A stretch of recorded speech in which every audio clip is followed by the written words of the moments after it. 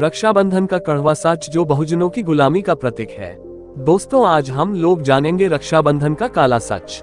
रक्षाबंधन भाई बहन का त्योहार नहीं है। क्या हिंदुओं में ही भाई बहन होते हैं?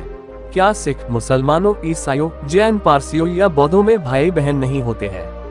यदि ये त्योहार भाई बहनों का त्योहार होता तो सिख, मुसलमान, ईसाई, जैन, पारसी या बौद्ध भाई बहन भी इसे मनाते। वर्ण व्यवस्था के अनुसार यह ब्राह्मणों का त्योहार है। इतिहास काल से अब तक ब्राह्मणों द्वारा क्षत्रियों को रक्षा सूत्र बांधा जाता रहा है। उन्हें ब्राह्मणों की रक्षा की शपथ दिलाई जाती रही है। धर्मशास्त्र का इतिहास नामक पुस्तक के चौथे खंड के पृष्ठ 124 में भारत रत्न पी.वी. काने पांडुरंग वामनराव काने लिखते हैं, आज ब्राह्मण शूद्र के घरों में जाकर उन्हें तथाकथित रक्षा सूत्र, जो वास्तव में बंधक सूत्र है, बांधते हुए देखे जा सकते हैं और वह रक्षा सूत्र बांधते हैं तो संस्कृत का श्लोक भी पढ़ते हैं। मंत्र इयन बद्धा दानेन्द्रो बलि राजा महाबल तेन त्वाम प्रति बधनाम्य हम रक्षे माचल माचल माचल। अर्थात जिस प्रकार तुम्हारे दानवीर बलि राजा को हमारे पूर्वजों ने बंदी बनाया था, उसी प्रकार हम तुम्हें भी मानसिक रूप से बंदी बना रहे हैं। हिलो मत हिलो मत हिलो मत, अर्थात जैसे हो वैसे ही रहो, अपने में सुधार ना करो। अर्थात मैं तुझे ये धागा उस उद्देश्य से बंधता हूँ जिस उद्देश्य से तेरे सम्राट बलि राजा को बांधा गया था। आज से तू मेरा गुलाम है, मेरी रक्षा करना तेरा कर्तव्य है, अपने समर्पण से हटना नहीं।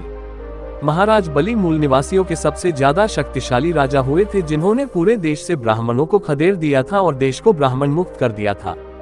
जब ब्राह्मणों का महाराज बलि पर कोई वश नहीं चला तो ब्राह्मणों ने अपने धर्म के अनुसार यज्ञ करवाने के नाम से एक चल चली। महाराज बलि को ऋग्वेद के अनुसार यज्ञ करने के लिए मना लिया गया। यज्ञ के बाद ऋग्वेद के अनुसार दान देना और ब्राह्मणों को प्रसन्न करना जरूरी है। ब्राह्मण तभी प्रसन्न होता है जब उसको उसकी इच्छानुसार दान मिले।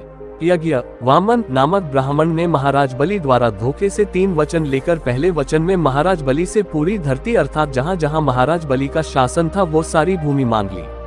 दूसरे वचन में समुद्र मांग लिया, अर्थात जहाँ जहाँ महाराज बलि का समुद्रों पर कब्जा था, और तीसरे वचन में महाराज बलि से उनका सिर मांग लिया था। ब्राह्मण धर्म के जाल में फंसे मूल निवासियों की स्थिति आज बिल्कुल महाराज बलि के जैसी बनी हुई है। न तो महाराज बलि रक्षा सूत्र के नाम पर बंधक सूत्र बंधवाते और न ही ब्राह्मण उनका सब कुछ जान समेत ठग लेते। ब्राह्मण धर्म के धोखे में फंसे मूल निवासी आज अपना सब कुछ ब्राह्मणों को दे रहे हैं, जबकि न तो ये धर्म मूल निवासियों का है और न ही मूर्ख बनकर मूक बने लूटते रहना कोई धर्म है। अगर इतिहास में भी झांक कर देखा जाए तो आज तक किसी भी ब्राह्मणी त्योहार से मूल निवासियों का कोई फायदा नहीं हुआ है। मूल निवासी बिना सोचे समझ ही ब्राह्मणों रीति रिवाजों और धार्मिक परंपराओं को ढोते जा रहे हैं, और यही रीति रिवाज और धार्मिक परंपराएं मूल निवासियों की गुलामी के लिए मुख्य रूप से जिम्मेवार है। विश्व के अन्य देशों में रक्षाबंधन जैसे पाखंड और अंधविश्वास पर आधारित त्योहार नहीं मनाए जाते। जैसा कि ब्राह्मण कहते हैं कि रक्षाबंधन ना बांधने से हानि होती है। आज तक विश्व के किसी भी देश में कोई हानि नहीं हुई। असल में हानि सिर्फ इंडिया में ही होती है। ब्राह्मण एक भी परंपरा को नहीं तोड़ना चाहता। अगर एक भी परंपरा टूट गई तो ब्राह्मणों का पाखंड, अंधविश्वास और लोगों को लूटने का अवसर कम हो जाएगा। सच बात तो ये है कि रक्षाबंधन का भाई बहन के प्रेम से कोई लेना देना नहीं। रक्षाबंधन का मामला ही कुछ अलग है। रक्षाबंधन इस शब्द का अर्थ है रक्षा का बंधन, अर्थात गुलामी का बंधन। सिख धर्म के संस्थापक गुरु नानक देव जी ने अपनी बहन नानकी से राखी बंधवाने से इनकार किया। क्यों? क्योंकि गुरु नानक जी ने साफ साफ कहा कि औरत मर्द पर सुरक्षा के लिए निर्भर न रहे। आज के काल में बुद्धिस्ट भिक्षुओं ने भी रक्षा सूत्र बांधना शुरू कर दिया है। ये बौद्ध भिक्षुओं के ब्राह्मणीकरण की नई साजिश है।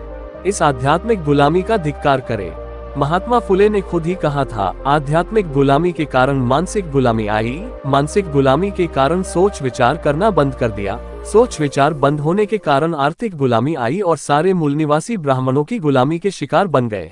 दोस्तों, आज की वीडियो में बस इतना ही, फिर मिलते हैं अगली वीडियो में। तब तक के लिए जय भीम, जय संविधान। अगर वीडियो अच्छी लगी हो तो हमारे YouTube चैनल को सब्सक्राइब जरूर करें। धन्यवाद।